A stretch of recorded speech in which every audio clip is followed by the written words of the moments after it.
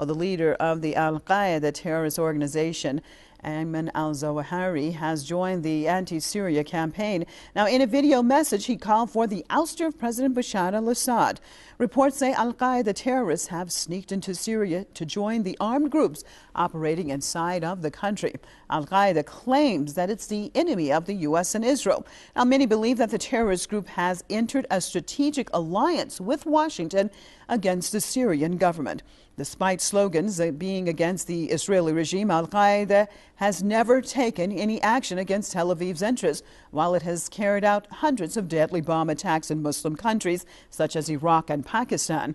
Now, the bombings have claimed the lives of large numbers of people. Well, let's switch over to Chicago, joined by author and radio host Mr. Stephen Linman. Thank you so much for joining us. Your take, Stephen, on this latest news about Al-Qaeda terrorists actually joining in against the Syrian government, fighting against the Syrian government. Well, I'm not at all surprised because go back to Libya. The so-called Libyan Islamic Fighting Group was composed largely of Al-Qaeda members.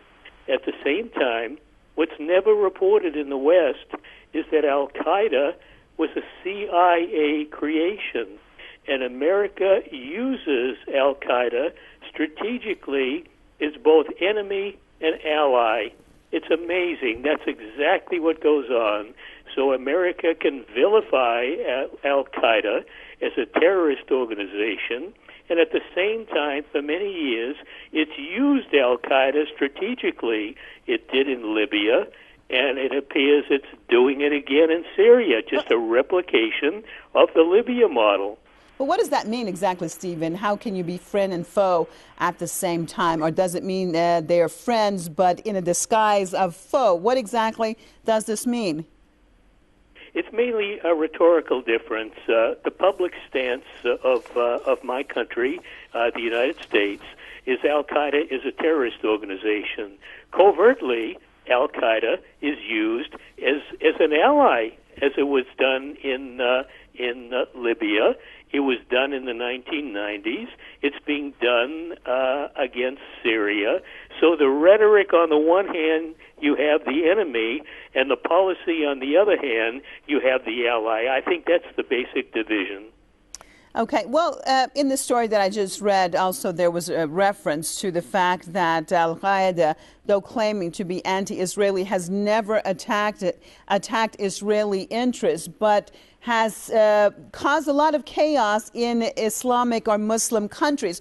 What does that say about the organization itself, which claims to be a Muslim organization, but it seems that it attacks many attacks in the Islamic world? So what does that say about this organization itself? Well, I think it exposes it. It shows that it seems to be more allied with Western interests than the interests of human rights and civil liberties and freedom for people in Muslim states. And I mean, this stuff never makes it to the airways in America. And I mean, that's exactly right. I can't think of any. Israel might claim that some kind of an attack was done by Al-Qaeda. It doesn't mean that it was, but I think, in fact, what you said is exactly right. Al-Qaeda has not gone after Israel. It's not really going after America. It seems to go after the enemies of America in Israel. It's a terrible situation. And also with Al-Qaeda and this creation per se, hasn't it served the interests, let's say, more of the Western Muslim countries in creating a very negative image about Muslims in general, when, as a matter of fact, actually, they are the antithesis of Islam? Well, post 9/11 in America, my country declared war on Islam. It doesn't say that, but that's exactly what it did, both abroad and at home. I mean, Muslims have been vilified at home. There are congressional committees that look into investigating Muslims like they're fifth-column threats to America.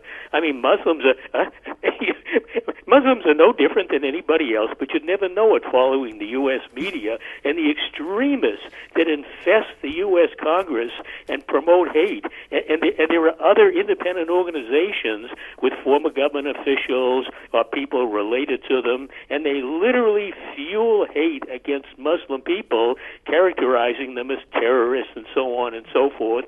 Okay. This is a post-9/11 phenomenon that really has gotten completely out of control, and then you extend it to what's going on abroad, and you list all kinds of organizations that have nothing to do with terrorism, like Hezbollah in Lebanon, like Hamas in Gaza, and you call them terrorist organizations because Israel wants the State Department to do this, and when Israel makes a demand of the State Department or the Congress or the administration, they go along.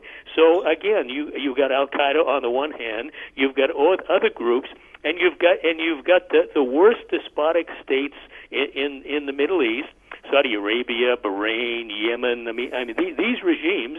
I mean, they're all part of this business of going after the enemies of America. All right, Stephen. Sorry, we're out of time. Otherwise, we would love to talk to you more. Appreciate you being with us from Chicago. Author and radio host, Mr. Stephen Linman.